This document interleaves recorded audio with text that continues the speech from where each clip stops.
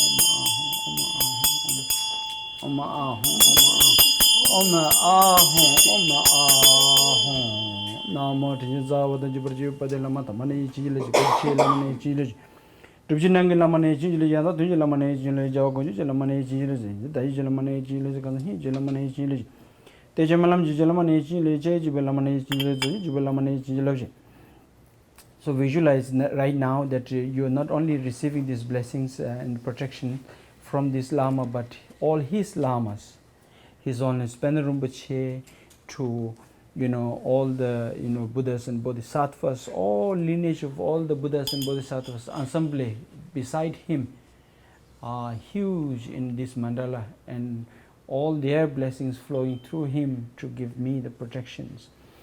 Zoba chimbe zokshin jibe lamane chinjili shi jibe lamane chinjili mari jibe lamane chinjili chi jibe lamane chinjili chiri jibe lamane chinjili chiri jibe lamane chinjili ngada jibe lamane chinjili idam chachu jilazu na chinjili jibe jilazu na chinjili na jibe lazu na chinjili na jibe lazu na chinjili sayi daba shinyi daba tatu jibe lazu na chinjili jibe maha yugi lazu na chinjili lungani yugi lazu na chinjili zoba chimbe adi yugi lazu na chinjili doba doy lazu na chinjili ngada pamji lazu na chinjili chimi tse lazu na chinjili jiri shiri lazu na chinjili jamakoi lazu na chinjili Pema sungi lazu na echin le yanda tuji lazu na echin le echin yanda ji lazu na echin le pavatile ji lazu na echin le maho bedo ji lazu na echin le zilo ben ji lazu na echin le pe shiwi lazu na echin le zitobe lazu na echin le dida tule ji lazu na echin le pati ji gosu musu le denye santa sa ji do de lazu padwa le me so so je ne lo jo ni ji tubal jo ni ji de pekin jo ni ji tubal jo ni ji tam ji ta se me ji ba do ji da me ji yurun da me no gezin da chi ma be se ngor to ba chin je lo shi shi benza da ha ndo lo lo menza raja hon be so ha with their blessings, all the lineage of Buddhas and Bodhisattvas and his lamas and myself through is flowing all these blessings, and visualize that with the symbol of this Vajra, the Vajra that is a symbol of a strength, that indestructible like a diamond, that is made out of such a instrument that is given like a khotap, which is like the warrior armor clothes, which is like in a warrior people fight and then they wear this metal clothes in order to have protections for themselves. So visualize that he is putting that kind of armor clothes made out of that Vajra, that is none of the obstacles now on, they will never affect me. He have put on these clothes to me so that never any obstacle can affect me. And visualize that the wind, the environment, the wind causes 21,000 different diseases with the pollutions, 21,000 different type of jaundice, 21,000 different type of cancers, and all the obstacles, 80,000 different type of obstacles are all eliminated right away. And you are coming out of like a moon, out of cloud. Completely your longevity increased, fortunes are increased, and given these protections on my shielded me from this armor clothes he put on. So visualize that he's putting this on me and come one by one to me. Nelon join you to the trouble join you to the pagan joy tam jana se mi shibo to mi jo even do mi jasen to chwa me se man to ba ji bezer danam daraja hon bezer danam daraja hon bezer danam daraja she bezer danam daraja hon bezer danam daraja hon bezer danam daraja hon bezer danam daraja hon bezer danam daraja hon bezer she bezer danam daraja hon bezer danam daraja hon bezer she bezer danam daraja hon bezer danam daraja hon bezer come here she bezer danam daraja hon bezer Oh yeah, Shibendra home,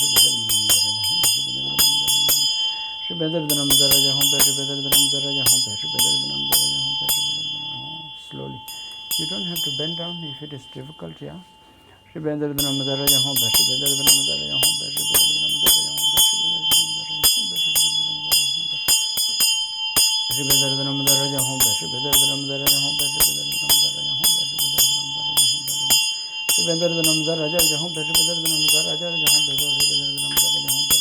Shibendra